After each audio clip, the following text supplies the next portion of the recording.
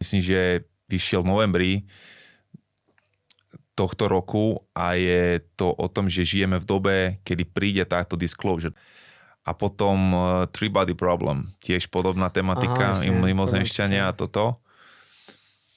Pretože si myslím, že aj to je blízko počas nášho života, že sa dozvieme, že nejsme vo vesmíre sami. Jak říká Stephen Hawking, pokud tam někde někdo je, nějaká mimozemská jako entita, tak jeho předpoklad byl, že jako nebude přátelská ta návštěva. Je pesimistický pohľad do vesmíru, je to 50-50, či to bude nepriateľská, alebo či to bude naopak. Veľa ľudí si myslí, že sú viac ako len pozorovatelia nášho mraveniska, že sú ľudia, ktorí prispeli k nášmu vývoju, ktorí nejakým spôsobom strážia to, aby sme sa tu neodpálili atomovkami.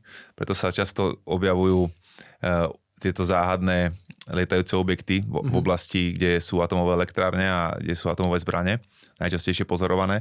Myslím, že vyšiel v novembri